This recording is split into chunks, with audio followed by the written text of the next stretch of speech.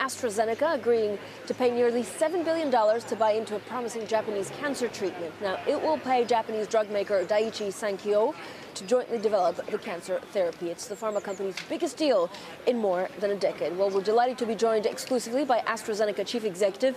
He's Pascal Soriot, and he joins us now on the phone from Frankfurt, Germany. Mr. Soriot, thank you for giving us a little bit of your time. What gives you such confidence in this drug? Thank you for having me, first of all, and good morning.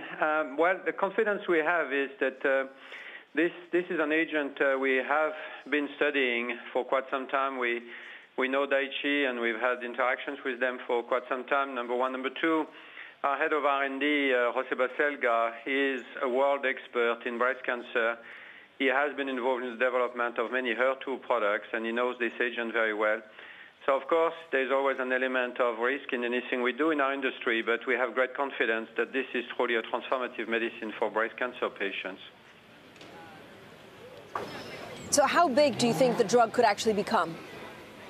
Well, we certainly think it can become a standard of care in the treatment of what we call HER2 high breast cancer, but it also has application in HER2 low breast cancer, where today there is no options based on HER2 treatment, and it can also be used outside of breast cancer. So the potential is very large, and we see it as a mega blockbuster. We haven't given any indication of the peak sales we see, but I will only tell you that the HER2 family of products that are commercialized by Roche in breast cancer in the so-called HER2 high together sell about $11 billion a year. Right, but can you give us a range? I know you haven't given it, which is what actually analysts would like to know. What's your top forecast on how much you could actually generate with this drug? It's a multi-billion-dollar product. We haven't given any guidance as to what the peak sales could be.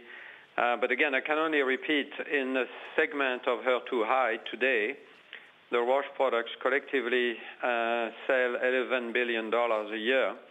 This agent can be a standard of care in HER2 high, and it can also have an application in HER2 low treatment.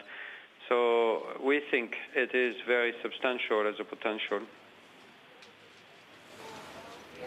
Mr. Soriot, given the immediate cash need for the deal is about $1 billion, why did you raise so much more? Well, we actually raised, we did an equity raise because we wanted to cover not only the upfront payments, but the couple of milestones that will be payable over the next couple of years. And we further extended this equity raise a little bit to reduce our debt and strengthen our balance sheet and our credit rating. So most of this cash goes to the deal itself, and a little bit of it goes to securing and strengthening our credit rating. So is it like keeping normal operations afloat when you talk about the credit rating? Not at all. It's actually fueling our growth. You know, we are entering a period of time when we are going to grow very rapidly, and the last few quarters have actually demonstrated that we are back to growth. We are now fueling this growth with this agent that is transformative and will have enormous potential. So essentially, the equity replacement is here to support our growth potential. And as I said, most of the equity placement will go towards the cash outlays that are required to enter this transaction, the cash outlay over the next couple of years.